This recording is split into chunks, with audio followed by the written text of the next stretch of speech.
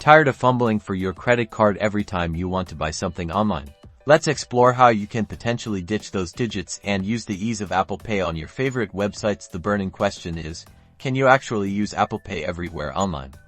The answer, like most things, is a little more nuanced than a simple yes or no. First, for a website to offer Apple Pay, they need to integrate it as a payment option. This usually involves working with a payment processor that supports Apple Pay. You'll typically see the Apple Pay logo alongside other familiar credit card logos if it's available. Keep an eye out during checkout.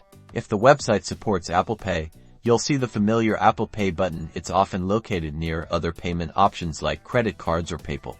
You will need to use a compatible browser. Apple Pay on websites primarily works with Safari on your Mac, iPhone, and iPad, so using Chrome or Firefox might not cut it. When you click the Apple Pay button, your device will prompt you to authenticate the payment. This might involve using Face ID, Touch ID, or entering your passcode.